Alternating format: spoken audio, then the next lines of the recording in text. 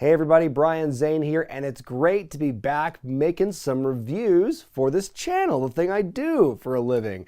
I've been sick for the last several weeks, and I'm still kind of technically recovering from it, but I've been on antibiotics for the last several days, and I'm feeling generally much better. I think I might have had bronchitis, which, as you all know, no one has time for, but I'm feeling a lot better now, and I feel ready and good to go to review Elimination Chamber 2021. So let's begin with the Roman Reigns sweepstakes match. You have Daniel Bryan, Cesaro, King Corbin, Sami Zayn, Kevin Owens, and Jey Uso. Just on paper, I thought to myself, this one is going to be great. And one thing I like about this one, something I wish they did a bit more of in this match, was to really play up more of the overlapping history between a lot of these characters. Bryan and Cesaro start things off. Cesaro, the first one to leave the ring into the treacherous part of the chamber. Big Hurricane Rana off the top rope, too. Cesaro gets to show off a lot of his strength in this matchup here. Out next, not mine, not mine, not mine, not mine.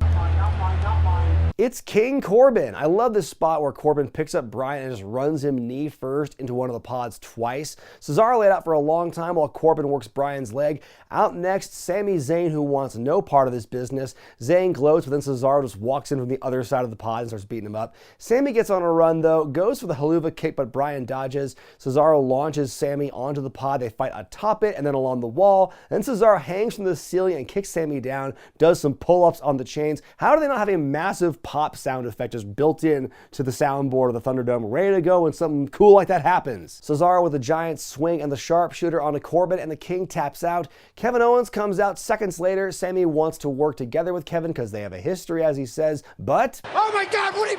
Oh! Kevin goes ham for a bit, fights with Sami, who bites him in the shoulder at one point. Everybody gets their shit in, and they quadruple down. Out comes the final man, Jey Uso. Owens grabs him and beats the heck out of him for a while. Moonsault off the pod by KO onto everyone else. His face absorbs a haluva kick by Sami. He does not dodge it at all. He just takes it, but doesn't sell it. Hits the stunner and takes Sami out. Now there's a conspiracy for you, Sami.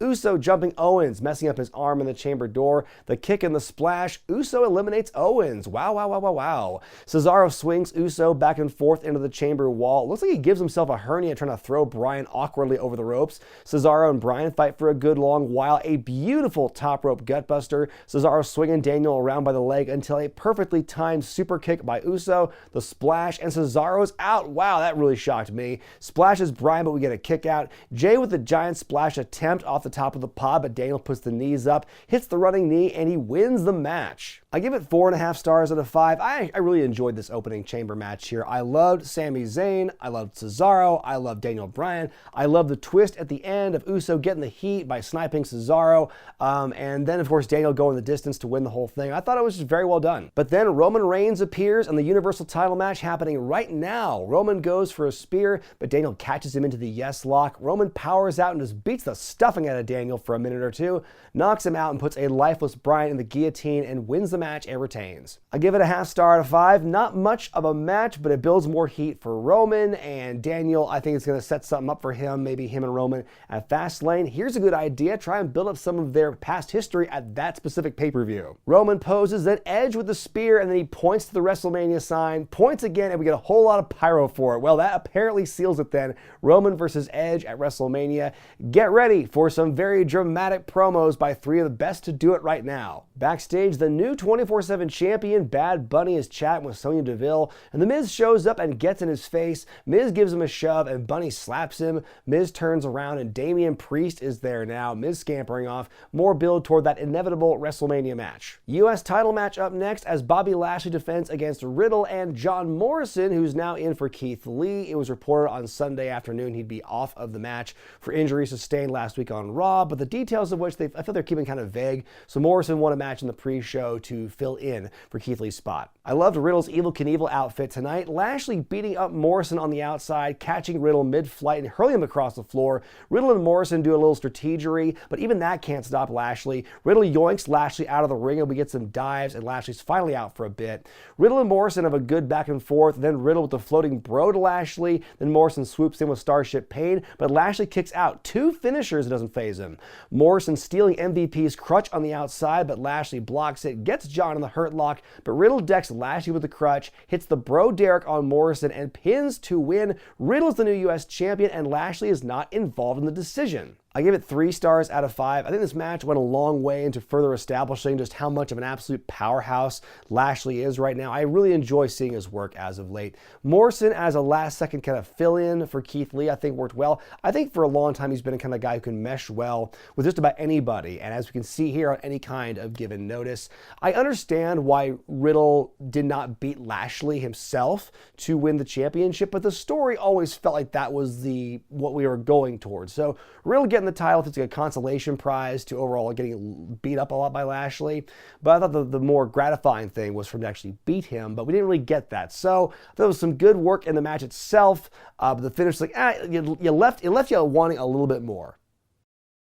In a match that was made official on Smackdown this past week, Bianca Belair and Sasha Banks are teaming up to challenge Shayna Baszler and Nia Jax for the women's tag belts, because I guess there are no other teams available. Before the match, Reginald walks into gorilla position and flirts with Sasha some more, keeping that going from the last couple of weeks. Belair's a great base for Sasha early on as she catches her in midair and swings her at Nia like a weapon. Shayna works over Sasha's arm for a good long time, Nia using her power. Kind of a lukewarm hot tag by Belair, which kind of awkwardly backs into it though. We get the glam slam and the frog splash, but Shayna kicks out. Bianca with the KOD, deliberately putting herself in position to get pulled out of the ring during the pinfall. Sasha with a not great looking Meteora onto Nia. Reginald makes his way to the ring now. Sasha with the bank statement on Nia, but there's a rope break. Reggie offering her the bottle as a weapon, but Sasha rejects it. An awkward attack by Nia, the Samoan drop. Nia pins and retains. I give it 1 star out of 5. The weakest match of the night by far. I think this one had a lot of things just working against it. I think there was a lack of chemistry there with all 4 ladies involved. It was not the best display, and they've all had fine matches before, some more than others, but it feels like this was just not a great display for any of them. I thought Nia was especially awkward in the ring tonight, and just, one too many weird feeling blind tags. Backstage, The Miz and MVP having a suspicious looking chat. Then it's time for the main event, the WWE Championship Chamber match, as Drew McIntyre defends against Randy Orton, AJ Styles, Sheamus, Jeff Hardy, and Kofi Kingston. The match begins with Orton and Hardy, who of course have a lot of history. Next out is the champ himself, Drew McIntyre. Drew goes on a big run against the other two, rams Hardy into a pod, gingerly puts himself in position for the drape over DDT. Kofi Kingston comes out next and he's guns blazing against Orton. Suddenly he rolls him up and pins him. Orton's out. And what? That happened? I was shocked. I thought it was a mistake. I had to play it back once or twice to make sure nobody screwed up here, but it wasn't like Orton slipped out and the referee kept counting or nothing. Looked like it was a pin, but yeah, I was really surprised that's the way they dealt with Orton in this matchup. I was really expecting some kind of fiendery to happen here to trap him in the chamber or the pod or something wacky to happen to me, or a hint or something. Maybe not the Fiend showing up or just a face or some sound effects. We got none of that. So I was very surprised that's the way they went with that route with Orton. As an angry Andy RKO's fools, Omos breaks Styles out of his pod and AJ sneaks in through the front door of the chamber as Orton's leaving, tries to capitalize. Meanwhile, Adam Pearce shows up and ejects Omos. Big strength by Drew here, suplexing Kofi into the wall and dropping him face first. Beats everyone up until Sheamus finally emerges. It's a slugfest. Sheamus drives Drew's face into the chain wall. There's a thumbnail pic. Fighting in the corner until everyone comes crashing down with a Tower of Doom spot. All getting up just in time for Kofi with a big trust fall off the top of the pod. Sheamus catching another trust fall by Kofi. Hits the brogue kick to take him out. Jeff with many twists of fate takes Styles down. Almost does the swanton from the pod but changes direction with Whisper in the Wind. Swanton to AJ, but Jeff eats a Claymore. Hardy is gone now. Sheamus just beats up AJ for a while, but then Drew re-enters the picture. He takes a brogue kick, but Sheamus just stands there as AJ hits him with a phenomenal forearm and eliminates him. That was a big shock to me. AJ goes for it again to Drew, but he gets Claymored in midair. Drew pins and wins and retains the championship. I give it 3.5 stars out of 5. I think except for the Drew Sheamus stuff we saw in this thing, this match felt really light on storytelling and the possibilities of what you could have seen in this matchup. It felt kind of dry to me. A lot was left on the table with what we saw in this matchup. I think it was physical and there was plenty of good moments in there, but I think compared to the action we saw in, say, the opening chamber match, I thought this was the less good chamber match of the evening. But then as Drew celebrates, suddenly Bob Lashley comes in with a spear. He's on the attack, gives Drew a real beating. Then The Miz himself shows up and cashes in the contract. That's what he was talking to MVP about. Miz the DDT, Drew kicks out, the skull-crushing finale, the pin, and the win! The Miz pinned Drew McIntyre to become the new champion for the first time in 11 years.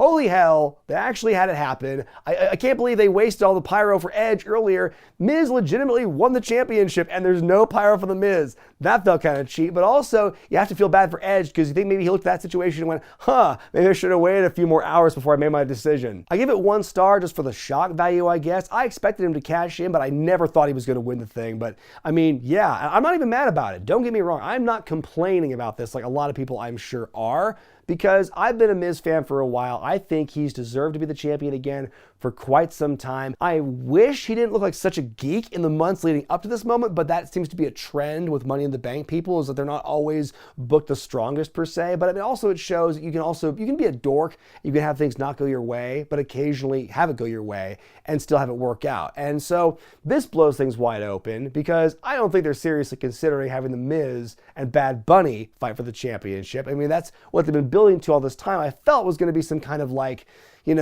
comedy tag team match, or Miz and Morrison versus Bad Bunny and Damian Priest or something. Could still be on the table. We have no idea where this is going to go. But I mean, it's making WrestleMania a lot more difficult to predict.